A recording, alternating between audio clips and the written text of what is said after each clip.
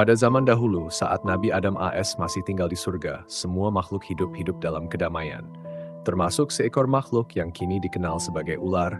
Namun tahukah kamu, dulu ular memiliki kaki dan bisa berjalan dengan anggun. Tapi, semuanya berubah setelah iblis dilaknat oleh Allah. Saat Allah SWT memerintahkan para malaikat dan semua penghuni surga untuk sujud hormat kepada Nabi Adam AS, iblis membangkang. Ia sombong, ia merasa lebih mulia karena terbuat dari api, sementara Adam dari tanah. Maka Allah pun mengusir iblis dari surga.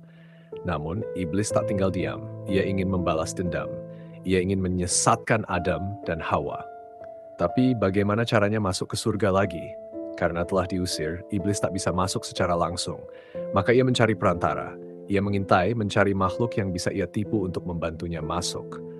Dan ia menemukan seekor ular yang hidup dekat pohon huldi, pohon terlarang.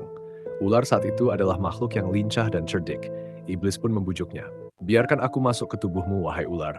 Aku hanya ingin bicara pada Adam. Dengan tipu dayanya, iblis berhasil memperdaya sang ular. Ular pun membiarkan iblis masuk ke dalam tubuhnya dan menyelundup masuk ke dalam surga. Di sanalah iblis membisikkan rayuan kepada Adam dan Hawa untuk memakan buah terlarang itu. Dan kita tahu bagaimana akhirnya Adam dan Hawa akhirnya diturunkan ke bumi. Sebagai bentuk hukuman, Allah SWT menghukum 3 makhluk, Adam dan Hawa, karena melanggar perintah diturunkan ke bumi.